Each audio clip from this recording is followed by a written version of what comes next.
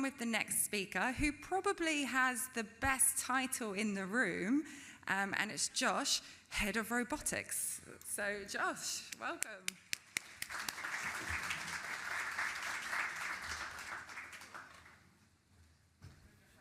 Yes, with my friend. So I will just get that up. Apologies. Oh, there's two friends.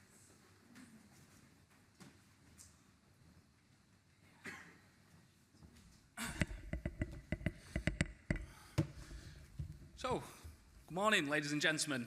My name is Josh Olsen. I'm the head of robotics for Solstice Robotics. We are a subdivision of Solstice Distribution, core products of audio and visual. However, naturally, within the tech world, robotics has come to be part and parcel of our way of life.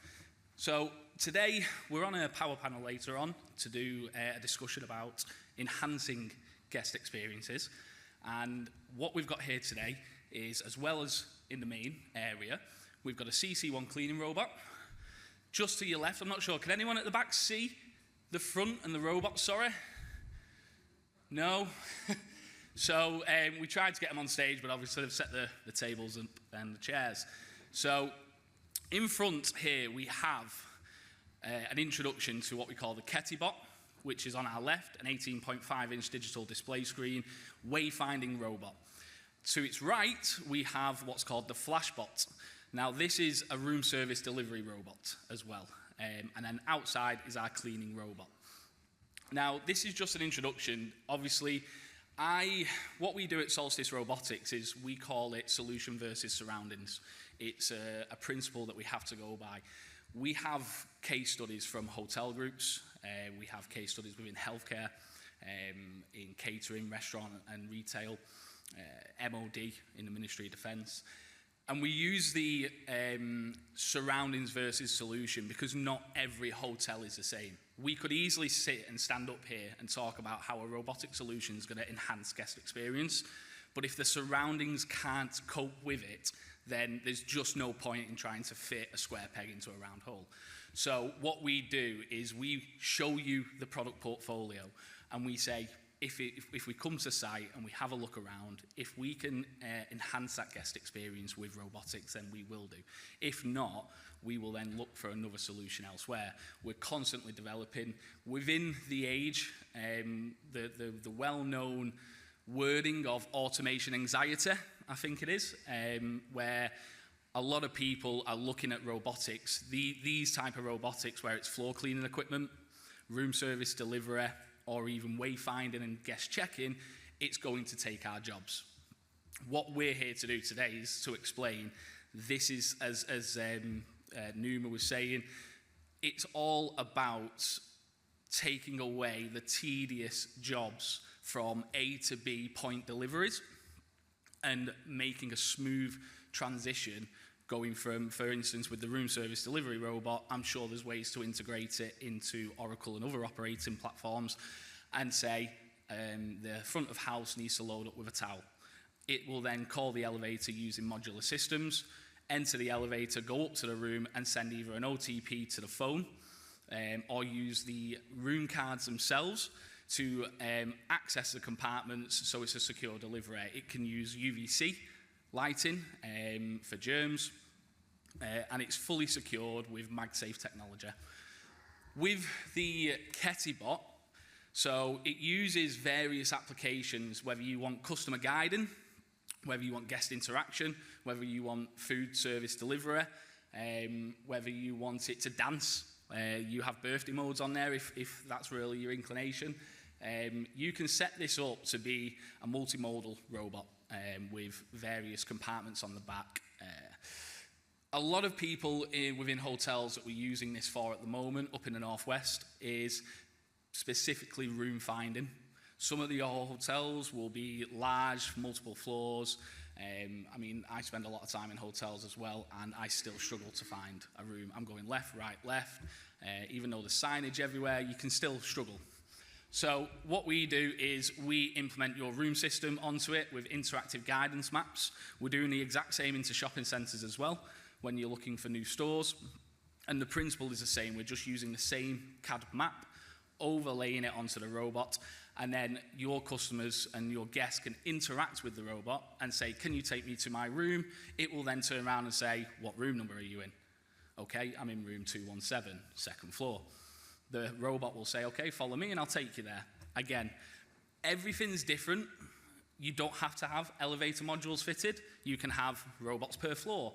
We're talking about an ROI and a return on investment for, instead of having a staff member show the way, because at the end of the day, especially within the likes of healthcare as well, patient care and guest care, that's what makes a hotel different.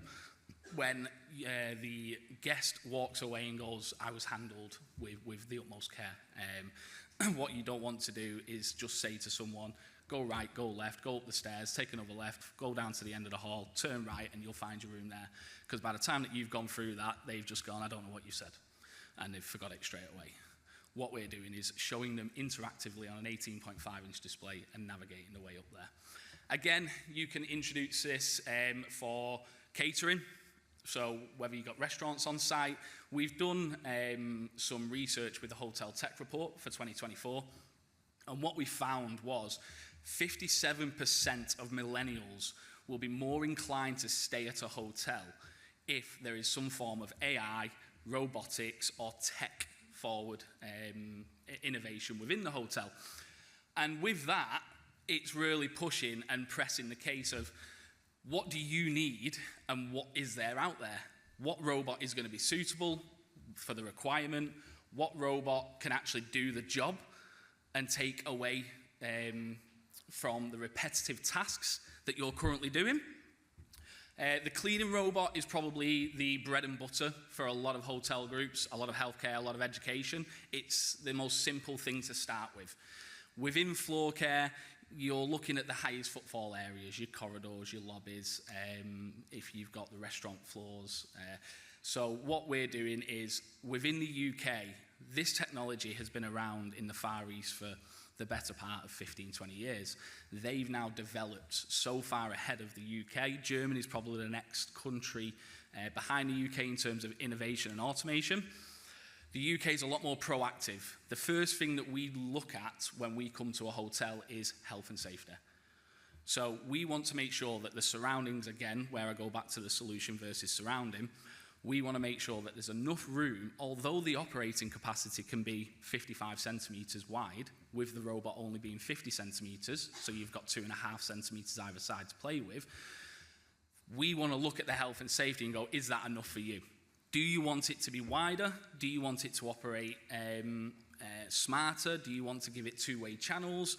What do you need? And if it can be done, we'll do it. So, for instance, the CC1, for one of the hotels up in Liverpool, what we were doing was we were fitting additional sounds, blue lights with little triangles on them, warning triangles, just to say there's a robot coming around the corner. Nobody in the UK yet, apart from within the industry of logistics and warehousing, fully understand what they're here to do. Everyone gets very worried, from staff to public, and that's where the word of automation anxiety comes in. So the robots operate pretty simply. They use what's called VSLAM, which is Visual Simultaneous Laser Area Mapping. If you say that 4 times fast, I'll give you a gold star because it's ridiculous. It uses topological, so the same way that we use in aerial surveys at the moment to determine ground contours, it's got that same technology within it. It has a 3D solid-state LiDAR, it has a solid-state LiDAR and a 3D LiDAR. Solid state is typically where it's just sensing what's behind it. That's usually where the solid state comes from. And the 360-degree LiDAR is doing a panoramic view 360 times every second to ensure that nothing's going to come in its way. And the way that we do it is we take a robot, we take it into your building, we map the area. So you'll see downstairs in the main area where we are with the Philips team that we've mapped the Ketibot and the CC1 to go around. Now, if you go and stick a physical wall there, it will know and see it. It won't be able to navigate around it because it will say, why is there a wall that's just popped up out of thin air? So we map the areas. We don't need QR codes. You don't need any form of signaling. You can use a docking station. All the robots bar one have docking stations. The cleaning robot is able to empty and fill all on its own. It depends if you plumb it in.